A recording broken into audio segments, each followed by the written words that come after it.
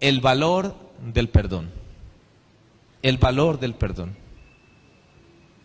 ¿Por qué es tan importante perdonar? ¿Cuál es el valor que lleva implícito el perdonar?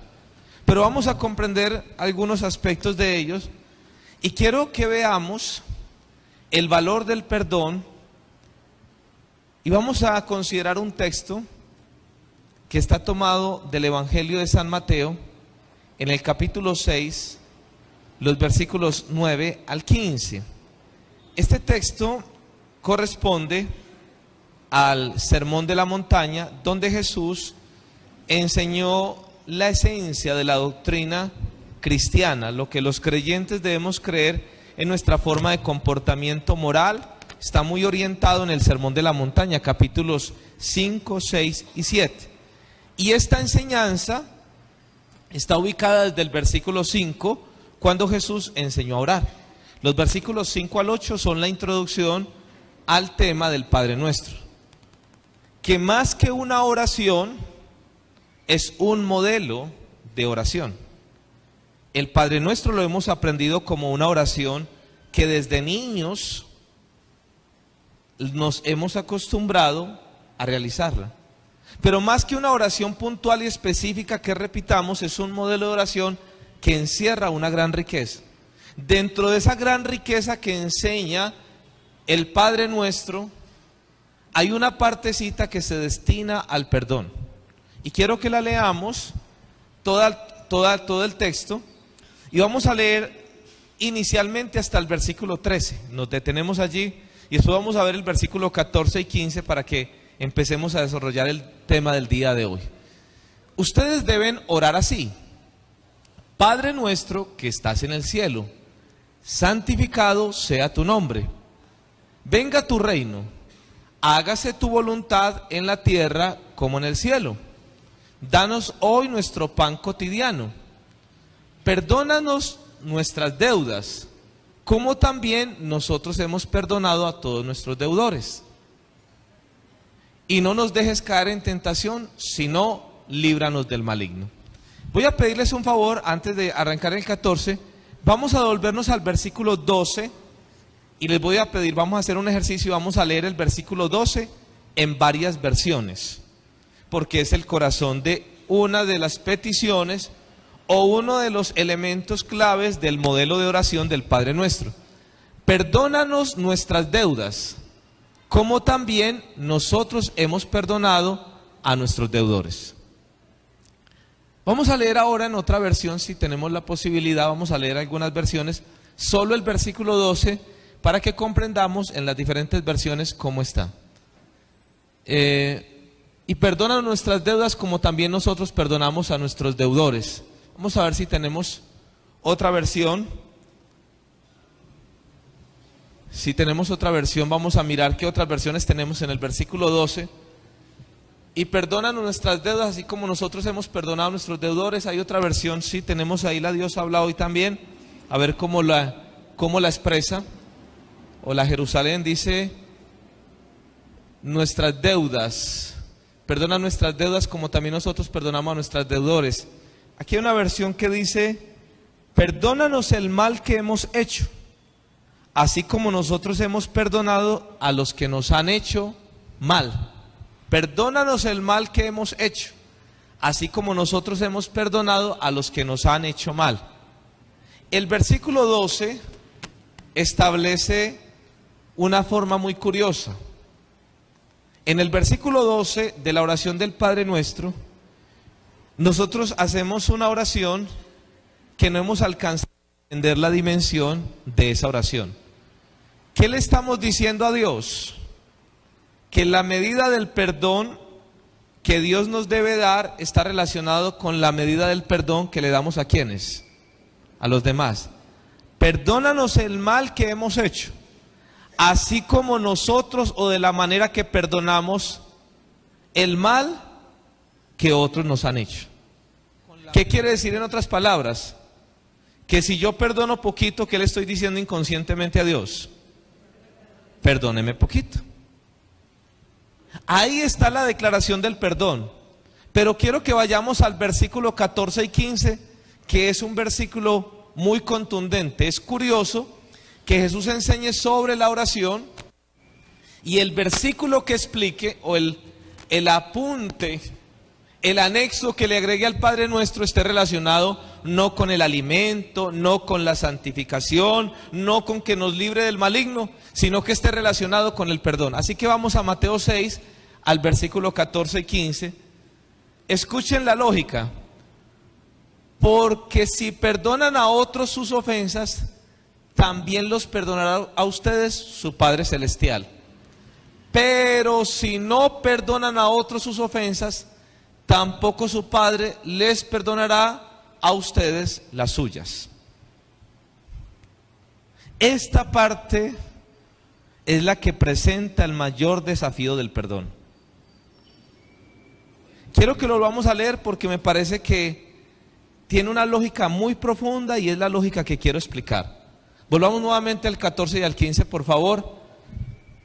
Porque si perdonan a otros sus ofensas, también los perdonarán a ustedes su Padre Celestial.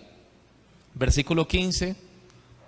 Pero si no perdonan a otros sus ofensas, tampoco su Padre les perdonará a ustedes las suyas. Una pregunta que quiero hacer: ¿es el perdón de Dios determinante y fundamental para la salvación? ¿Sí o no? ¿Qué significa que Dios no nos perdone nuestras faltas? Que ponemos en riesgo nuestra salvación. Pero vamos aún más allá. Si para que Dios me perdone la falta,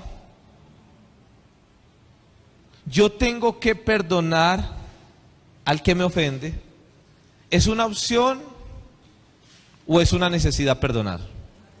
Una necesidad perdonar. Ahora, una pregunta que quiero hacer dentro de la lógica del perdón. En la justicia humana, que pudiéramos entenderlo de esa manera, si hay un agresor y un agredido, el castigo o la consecuencia, ¿sobre quién debe recaer? ¿Sobre el agresor o sobre el agredido? El agresor. Pregunta. Si Jesús coloca que si alguien me ofende, yo no le he hecho nada a otra persona, alguien viene, me ofende, me lastima, me hiere, ¿cómo es posible que yo vea en riesgo mi salvación por culpa de que otro me ha ofendido? ¿Tiene lógica eso? ¿Tiene lógica de que Jesús me diga a mí que yo estoy tranquilo, amo a Dios, no le hago mal a nadie, no le estoy haciendo mal a nadie? El otro fue el que me hizo el mal, y yo voy delante de Dios y Dios me dice: Edison, para que usted y yo estemos en paz, tiene que ir a perdonar al que lo ofendió, porque si no lo perdona, yo no le voy a perdonar a usted. Eso es como para que uno le dé más rabia con el que lo ofendió, ¿o no? Se me tiró la relación con Dios. Yo no le estoy haciendo nada al otro. El otro viene y me ofende y ahora salgo yo a deberle. ¿Eso es lo que enseñó Jesús o no? ¿Eso parece lógico o ilógico realmente? ¿Se ve como algo lógico? ¿Tiene lógica que Dios me invite a mí a que tenga que perdonar allí? Para que comprendamos el valor del perdón, quiero que en esta noche tratemos tres aspectos. Número uno, la lógica del perdón. Número dos, los beneficios del perdón. Número tres, el respaldo, el acompañamiento para el proceso del perdón. Y quiero que hablemos de esas tres cosas, porque Dios sabe que el perdón es un desafío muy alto. Y Dios no te va a pedir algo en lo que Dios no vea que te beneficies y que Él no esté dispuesto a acompañarte. Todo lo que Dios coloque en su palabra, que represente un desafío para el ser humano, Dios lo va a colocar allí, no como una forma de a ver cómo le pongo el camino difícil, a ver usted cómo lo logra. No. Cada desafío que Dios te coloque en la vida y que esté presente en las Sagradas Escrituras tiene dos características. Número uno, el resultado final es beneficioso para ti. Y número dos, Dios te respaldará. Ahora, para que comprendamos el beneficio, que es el segundo punto, entendamos primero la lógica. La lógica. Y para que entendamos la lógica del perdón, vamos a comprenderla para que entendamos que Dios lleva a perdonarte, no porque esté pensando en el beneficio para el agresor, sino porque está pensando en el beneficio para el agredido. Entonces, Dios le dice a la persona: necesito que urgentemente pares el veneno que trae el resentimiento. Entonces, como necesito que pares ese veneno, te digo que es una obligación para tu salud, el perdón. ¿De dónde surge la lógica del perdón? La lógica del perdón está unida a la lógica de la sanación, está unida a la lógica de la salud espiritual. ¿Cómo se encuentra una persona en condiciones normales cuando no ha sido ofendida?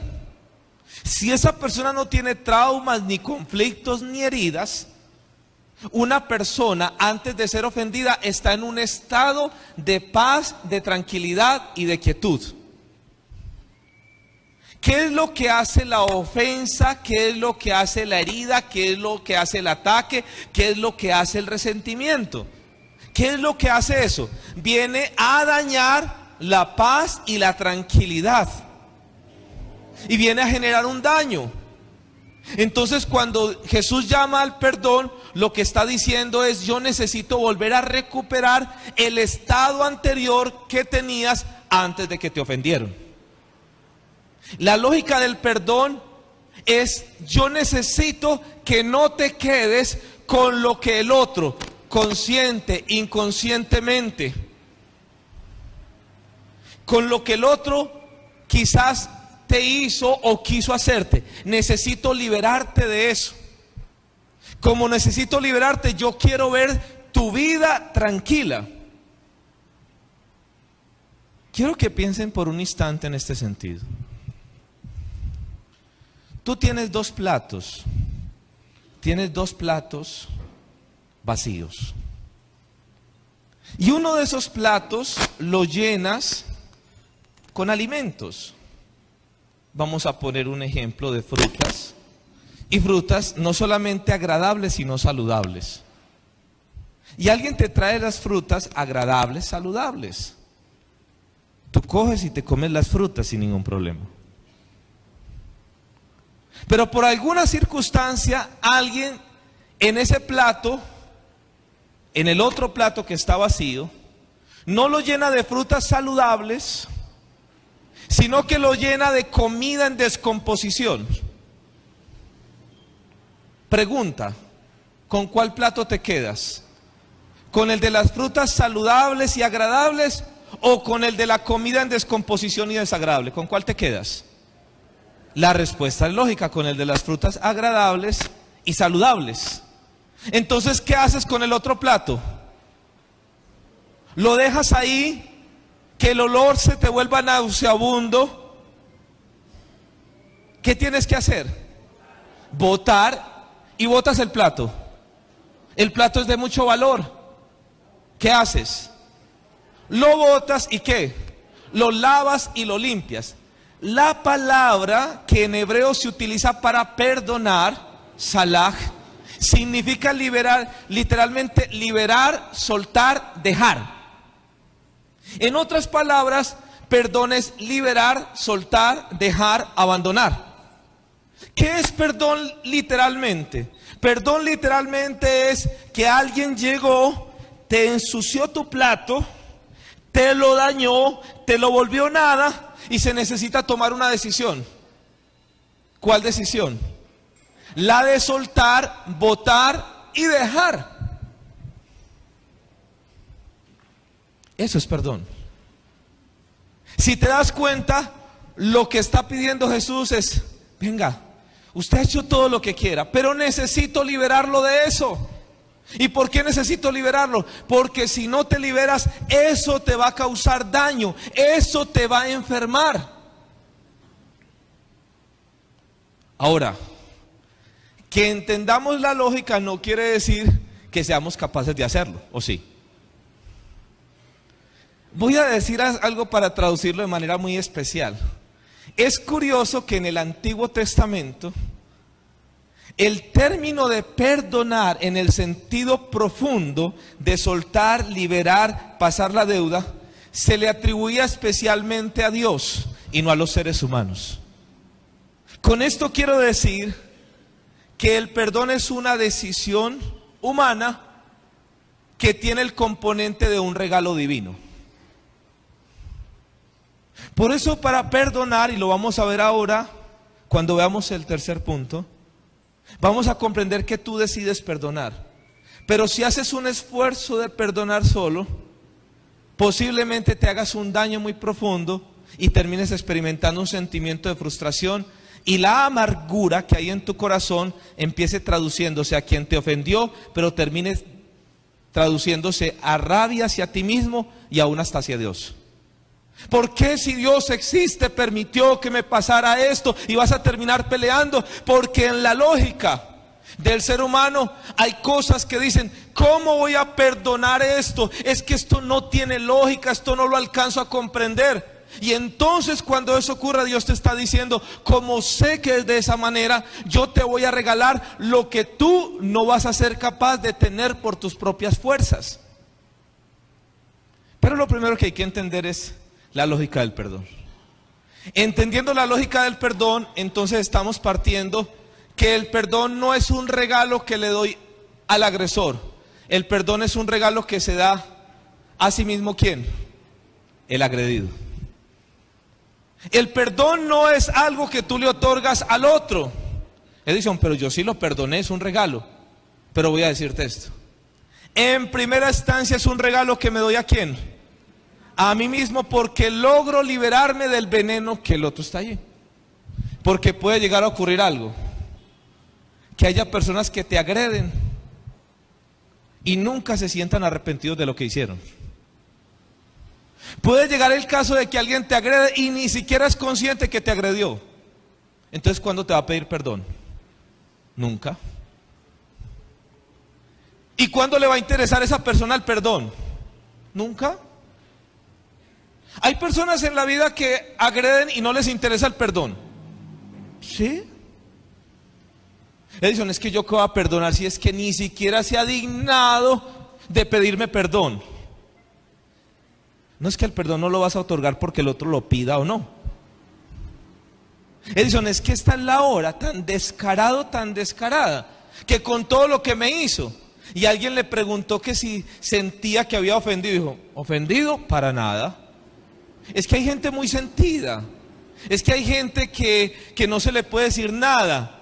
Entonces esa persona, todo el daño que ha hecho, y en palabras de él, todo lo ha hecho perfecto. En palabras de ella, todo lo ha hecho perfecto. Entonces esa persona se atreverá a pedir perdón.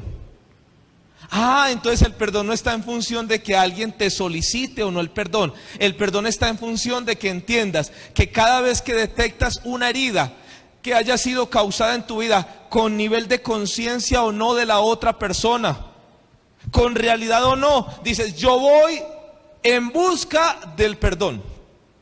Lo necesito como una forma de recuperar mi estado original. ¿Y cuál era mi estado original? Un estado en que mi corazón estaba libre de dolor, de amargura, de resentimiento, de tristeza. Necesito recuperar ese estado. Entonces, cuando Jesús dice, necesito que vayan y perdonen, no lo pienses en función de que es un regalo que le estás dando al otro. Es un regalo que me estoy dando ¿a quién? A mí mismo, como una forma de reconocer. Escuchen esto. No estoy haciendo referencia a que perdón signifique ir ya en esa manera o en ese nivel a decirle, tranquilo, usted no me hizo nada. No estamos tocando la realidad. Estamos hablando de que el perdón significa un proceso de volverme al estado original. Y aquí les voy a decir algo, que entendiendo la lógica vendrá una decisión. Pero ¿quién tiene un plato que está limpio, depositan comida que se está pudriendo, alguna de esa comida mancha el plato? ¿Quién simplemente por ir a botarlo el plato vuelve y se recupera en el mismo punto? ¿Significará lavarlo o no? ¿Significará no solamente lavarlo, sino hasta superar el momento de que cada vez que veas el plato vas a recordar el momento o no? Entonces significará que el perdón tiene decisión, pero tiene proceso. Por eso el perdón parte de entender la lógica. Pero la lógica no me dice que ya lo esté haciendo. El perdón solamente me dice, entiendo la lógica y me animo para empezar el camino del perdón. Empiezo el camino para llegar a la meta. Y la meta en última instancia no es otra distinta sino recuperar el estado de paz, de tranquilidad que se perdió en mí por un evento, por una situación, por una circunstancia que hay en nuestra vida. Claro, y hay personas que en su estructura de personalidad, por su historia de vida, por los temas de raíces intergeneracionales, se vuelven más propensos a que sus corazones sean heridos y lastimados. Entendiendo la lógica del perdón, vamos a encontrar los beneficios del perdón. Porque el perdón tiene beneficios. Y les voy a hablar de 3 grandes beneficios. El primero de ellos, que lo acabamos de ver. ¿Qué pasa si yo perdono automáticamente? Dios, ¿qué hace? Me perdona. O sea que el perdón me abre el camino a la salvación y a la vida eterna, ¿o no? El perdón me abre el camino. El primer gran beneficio es que cuando perdonas, tu camino para la salvación se hace amplio. Podrás tener fallas en otras áreas, pero ya el perdón te posibilita que no va a haber algo que te estorbe. ¿Sabes por qué? Porque estás garantizando que tu corazón esté limpio. Porque Dios no va a querer que tu corazón esté enfermo. Tú no quieres llevar a alguien a un paseo estando enfermo. Tú quieres que la persona cuando vaya al paseo esté sana, esté tranquila y disfrute. La vida eterna es un regalo maravilloso y Dios no va a querer que tú entres al cielo y que vivas esa experiencia con tu corazón lleno de dolor y de amargura. Cuando el perdón se ejercita y se da en nuestra vida, el camino se allana. Pero escuchen esto. Ese es el primer punto, el primer gran beneficio. Pero escuchen otro gran beneficio del perdón. El perdón libera, posibilita que el poder desatado por la fe y la oración transite un camino más fácil. Evangelio de San Marcos, capítulo 11, versículos 22 al 25. Y vamos a leerlo inicialmente hasta el versículo 24. Vamos a leer Evangelio de San Marcos para que entendamos el beneficio. Entendimos la lógica, ahora vamos a entender los beneficios. Y ahora quiero compartirles más adelante algo que lo viví en mi experiencia de vida testimonial. Y es muy curioso, el texto vamos a leer Marcos capítulo 11 y vamos a mirar los versículos 22 al 25. Pero vamos a hacer un ejercicio de esta manera. El texto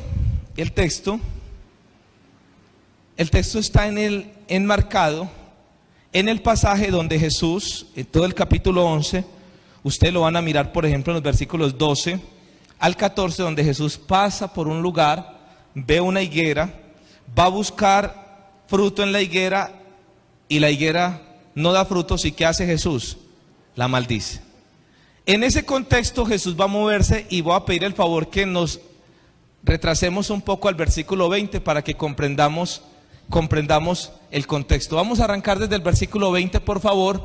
Vamos a regresar un poco antes al versículo 20 de Marcos 11 y vamos a leer inicialmente hasta el versículo 24 y después le agregamos el versículo 25. Marcos capítulo 11, versículos 20 al 25. Dice: a la mañana siguiente, Pasaron junto a la higuera y vieron que se había secado de raíz. Entonces Pedro, acordándose de lo sucedido, le dijo a Jesús: Maestro, mira, la higuera que maldijiste se ha secado. Jesús contestó: ¿tengan qué? Fe en Dios. Y viene una cosa muy poderosa: pues les aseguro que si alguien le dice a este cerro, quítate de ahí y arrójate al mar, y no lo hace con dudas, sino creyendo que ha de suceder lo que dice, entonces sucederá. Por eso les digo que todo lo que ustedes pidan en oración, crean que ya lo han conseguido y lo recibirán. Me detengo hasta ahí. Enseguida leemos el 25. Me detengo hasta ahí. Jesús está dando una enseñanza poderosísima. La enseñanza cruza con dos cosas: fe y oración. Cuando ven que la higuera se secó, Jesús les dice: tengan fe en Dios, y les aseguro que si usted dice algo con fe, sin dudar, lo que sea, crean que va a ocurrir. Y mire la declaración del versículo 24, lo vamos a leer el 24. Por eso les digo que todo, algunas cosas, todo lo que ustedes pidan en oración, crean que ya lo han conseguido y lo recibirán. Aquí surge una pregunta que puede pasar en algunos casos. Pues yo he pedido todo en oración, ¿y qué ha pasado? Y yo no lo he recibido, y entonces... Jesús está diciendo algo. Está hablando sobre fe y oración. Y mira el versículo 25 lo que viene. Versículo 25. Y cuando estén orando, perdonen lo que tengan contra otro, para que también su Padre que está en el cielo les perdone a ustedes sus pecados. Miren el tema: tengo fe, tengo oración, está el paquete listo para ser despachado. Falta un requisito, ¿cuál? Perdonar. Ay, madre, se me enredó el paquetico. Ya estando todo listo, ¿qué está faltando? Y cuando estén orando en ese momento, con fe, sí, con fe, perdonen lo que tengan contra otro, para que también su Padre que está en el cielo les perdone a ustedes sus pecados. Ya entendimos la lógica, ¿cierto que sí? Entonces miren, cuando usted ha perdonado, la oración y la fe que tenga en la oración despeja como en una autopista para que las cosas se le den. Nuevamente explico la lógica. ¿Y por qué por qué Jesús pone supeditado lo que vamos a pedir con fe y con oración al perdón? Porque voy a decir algo. Si obtienes algo, que aún Dios te lo dé, con un corazón lleno de resentimiento y de amargura, se puede echar a perder ese algo bueno que Dios tiene para darte. Lo voy a traducir de otra manera para que entendamos. Coja un vaso lleno de agua y usted se tomará ese vaso sin ningún problema. Y coja otro vaso y échele 5 o 6 gotas amargas, horribles. Hago una pregunta: ¿un vaso de agua puede contener cuántas gotas de agua? 2, 3, 5, miles. Pero esas 5 gotas amargas pueden echar a perder todo el vaso con agua, ¿sí o no? Entonces usted, si va a servir agua en el vaso, ¿qué procurará hacer primero? ¿Quitarle qué? La amargura. Es que hay personas que por el resentimiento, por el odio y por el corazón herido, si tienen algo, ese algo que obtienen y que tienen les puede ayudar a hacerse más daño y hacerle daño al otro. Posiblemente a buscar la forma de vengarse de otra persona, posiblemente la forma de humillar al otro, posiblemente la forma de quitarme del otro porque yo le voy a demostrar. Y entonces lo que es bueno se termina convirtiendo en una forma que me hace daño y le hace daño al otro. Y dice: venga, venga, estamos equivocando el camino, porque vas a estar pidiendo algo que te va a hacer daño. Yo te propongo algo: sanemos el corazón. Y cuando sanemos el corazón, todo lo que tú pidas se te va a conceder, porque vas a tener un corazón sano. Y un corazón sano es un corazón que va a saber pedir de manera adecuada. Un corazón no sano es un corazón que va a pensar en pedir de una manera inadecuada. Esto lo enseñó Jesús. pero le regalo esta otra perla. Quiero que me acompañen a Mateo capítulo 7, versículos 7 al 12. Y nuevamente como hasta ahora, ¿cierto que Marcos 11 se hubiera quedado bien hasta el 24? ¿Para qué le metieron el 25? Pero Jesús lo colocó allí. Ahora escuchen este otro. Mateo 7, 7 al 12. Pero vamos a leerlo primero hasta el 11 nuevamente. Y este sí está mejor aún. Pidan y se les dará. Busquen y encontrarán. Llamen y se les abrirá. Porque todo el que pide recibe, el que busca encuentra y el que llama se le abre. ¿Quién de ustedes, si su hijo le pide pan, le dará una piedra? O si le pide un pescado, le dará una serpiente. Si ustedes que se quedaron sin, si ustedes, aun siendo malos, saben dar cosas buenas, ¿a quién? A sus hijos. ¿Cuánto más su Padre que está en el cielo dará cosas buenas a los que se la piden? Hasta ahí espectacular, ¿o no? Uno leyendo hasta ahí, ¿saldría de aquí a qué? Pidamos. Él dijo, ¿o no? Pidan y se les darán. Llamen a la puerta y se les abrirá. Eso es a pedir. Dediquémonos a pedir, que Él lo ha dicho. Pero ¿cómo le parece que a Jesús, en el Sermón de la Montaña, nos coloca el versículo 12? Que si usted dice, pero es que hasta ahí no le falta nada de ese texto. Así que en todo traten ustedes a los demás tal y como quiere que ellos los traten a ustedes. De hecho, esto es la ley y los profetas. Como quien dice, pida. Pero cuando vaya a pedir, yo les pido un favor, dice Jesús. Necesito ver si usted es capaz de tratar a los demás como a usted le gustaría que lo trataran.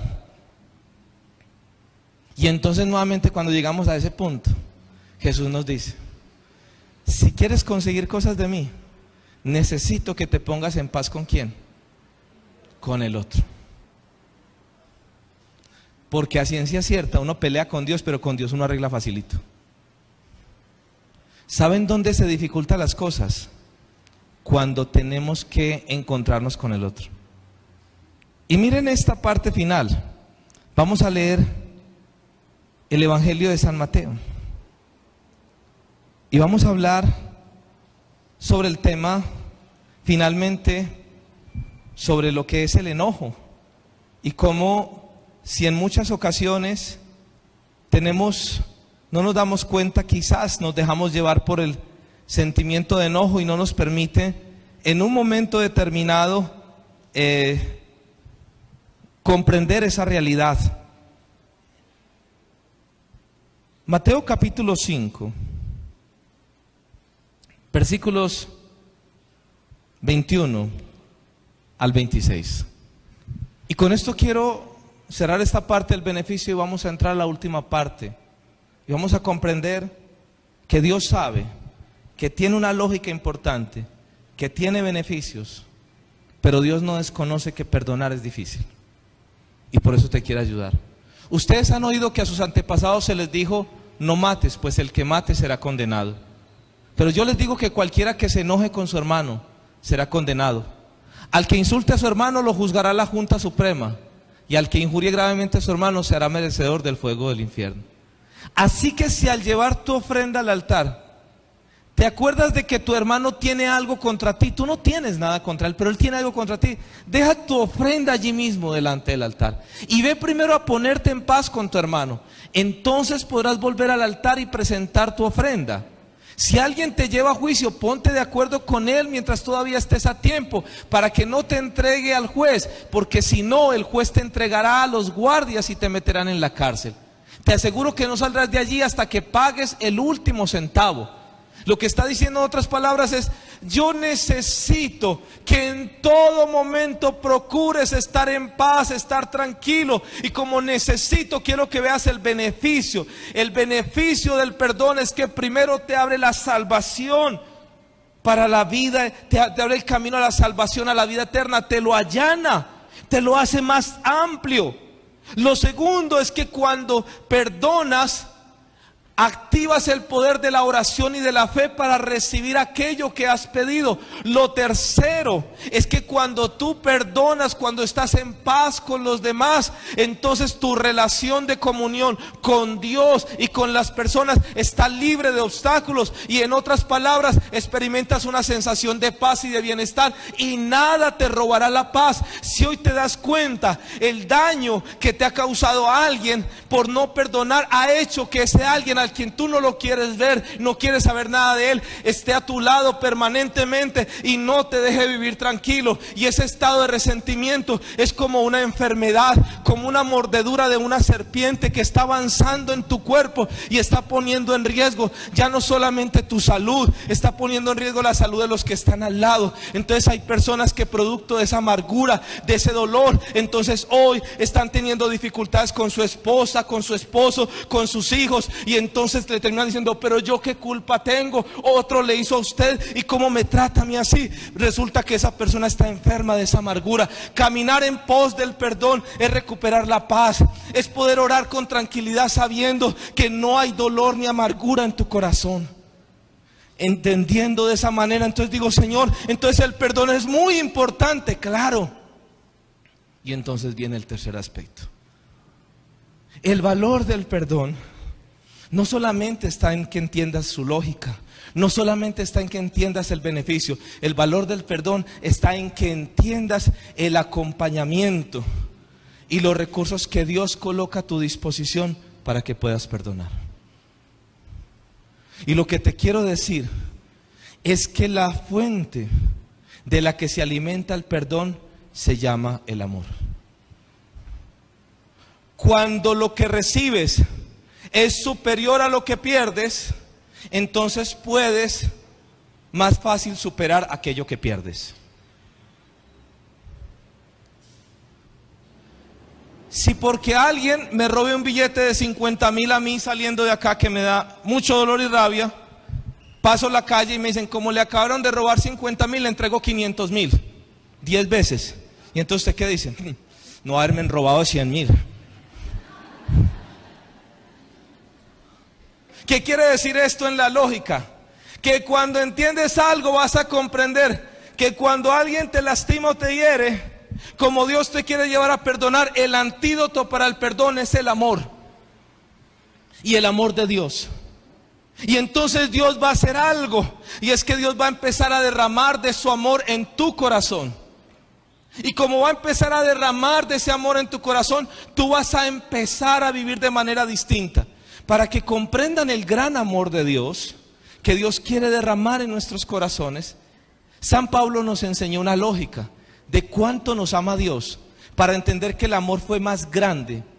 Y voy a decir esto: por ejemplo, los padres pueden perdonar más fácil a sus hijos por dos razones. Número uno, porque el nivel de amor en términos normales es superior a la ofensa, ¿o no? Así un hijo te ofenda, como es el hijo de mis entrañas, ese amor es una dosis que te ayuda a superar el perdón. Y segundo, porque el amor unido a lo segundo que Dios te va a regalar. Primero Dios te regala el amor. En Romanos capítulo 5, versículos 6 al 10, ustedes lo leen en sus casas, dice que Jesucristo muestra cuánto nos ama, que cuando todavía éramos pecadores murió por nosotros, que cuando éramos sus enemigos murió por nosotros, que cuando lo rechazamos murió por nosotros. Esa es una muestra del amor. Así le hiciéramos, nos veía de una manera distinta. Entonces Dios te dice: listo, yo voy a hacer algo, tú vas a perdonar, y como sé que tiene resentimiento, tengo el antídoto para esto. Y el antídoto para esto se llama perdón. ¿Y de qué viene compuesto el perdón? Viene compuesto de dos cosas muy especiales. Número uno, amor desbordante de Dios. Y número dos, mirada de Dios. Amor desbordante de Dios y mirada de Dios. Edison, ¿cómo así que mirada de Dios?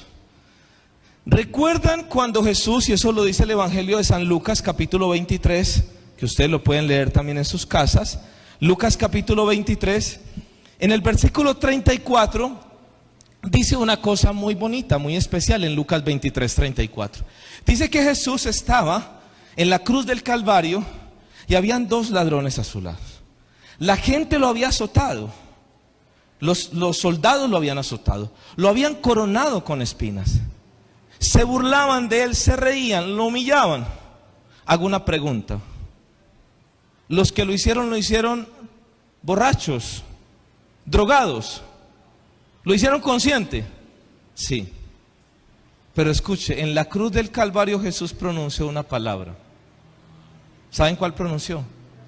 Padre, perdónalos. Ahí quedó. Porque no saben lo que hacen. ¿Cómo Jesús dice, Padre, perdónales porque no saben lo que hacen?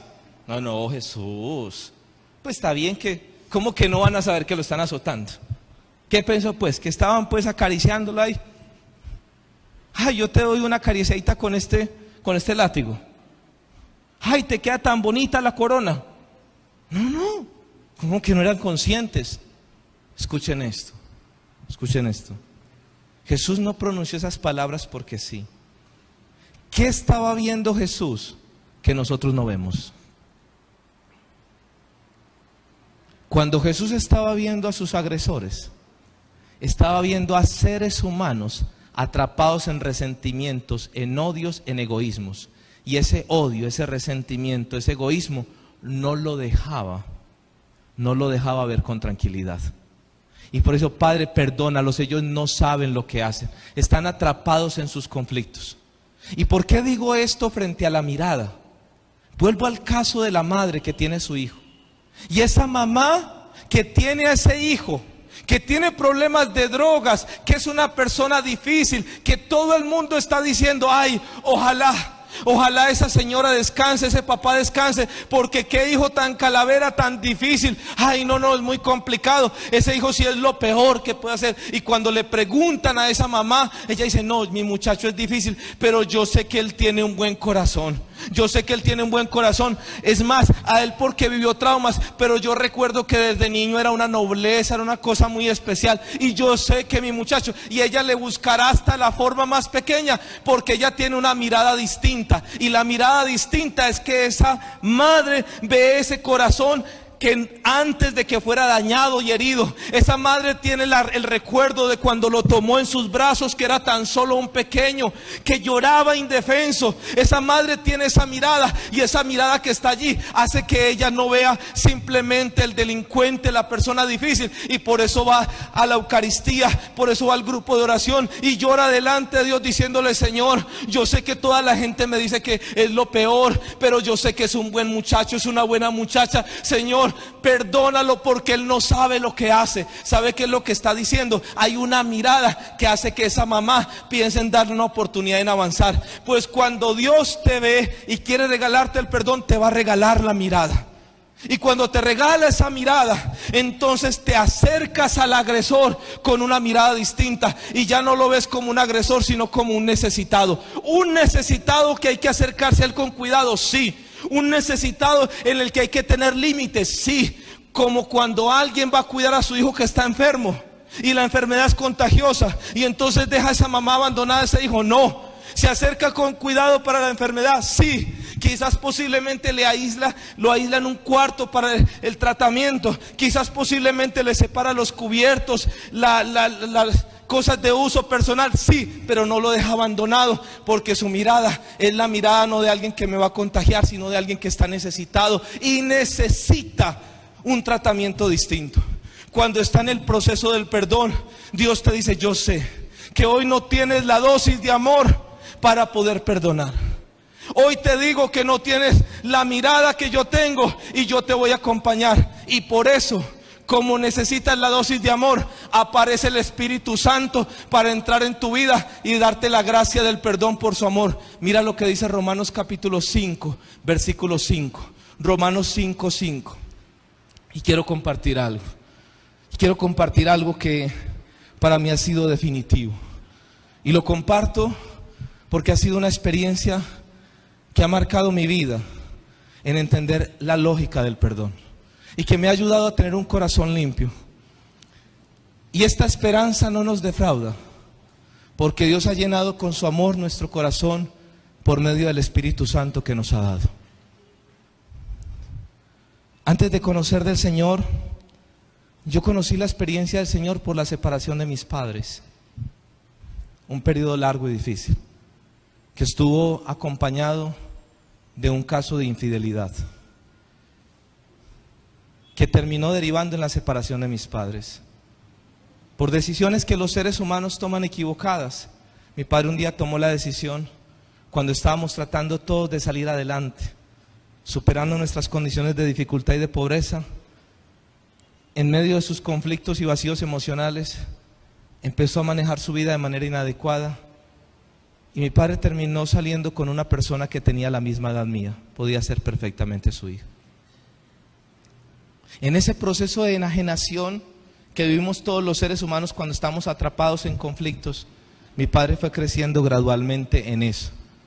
Y durante esos años hubo muchas formas de violencia psicológica, en algunos casos física. Mi padre venía en una condición de haber crecido en la calle. Entonces mi padre, no recuerdo de él nunca que haya tomado una correa para darme una pela. Mi padre me tomaba del cuello y me levantaba como quien iba a pelear contra otra persona. Yo no escuché de mi padre nunca la palabra ni hijo, ni felicitaciones, ni te quiero, no la escuché. Pero para acabar de completar, en medio de todo ese proceso, vino una situación, todos en la familia estábamos haciendo esfuerzo para ahorrar, para conseguir la cuota inicial para una casa. No solamente él ya no cumplía, se había gastado todo ese dinero.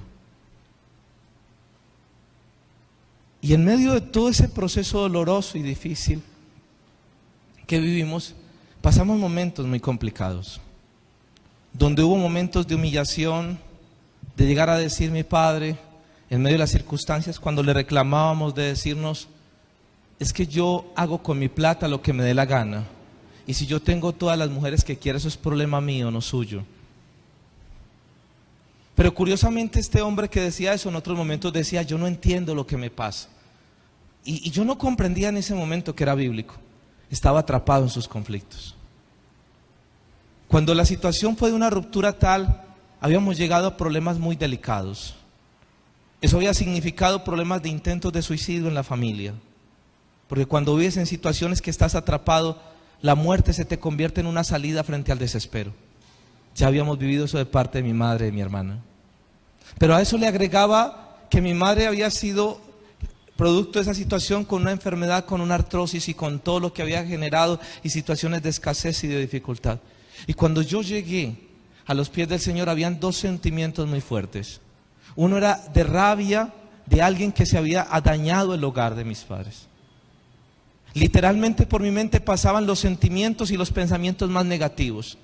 Y lo segundo era no entender por qué mi padre no me había dado el afecto y el cariño. Y yo escuché esto y yo decía en mi mente y pensaba en personas para perdonar y todas pasaban fácilmente, pero esas dos se me dificultaban. Y cuando llegué a ese momento entendí eso y yo le dije, Señor, yo no soy capaz. Y lo primero que Dios hizo fue que Dios empezó a derramar de su amor. Y por un instante yo recordaba y me dolía, pero Dios permitía que a través de la oración del Espíritu Santo pudiera derramar mis lágrimas. Él enjugaba mis lágrimas, me fortalecía, me ayudaba. Y yo sentía como cuando iba a alguien que lo curaban.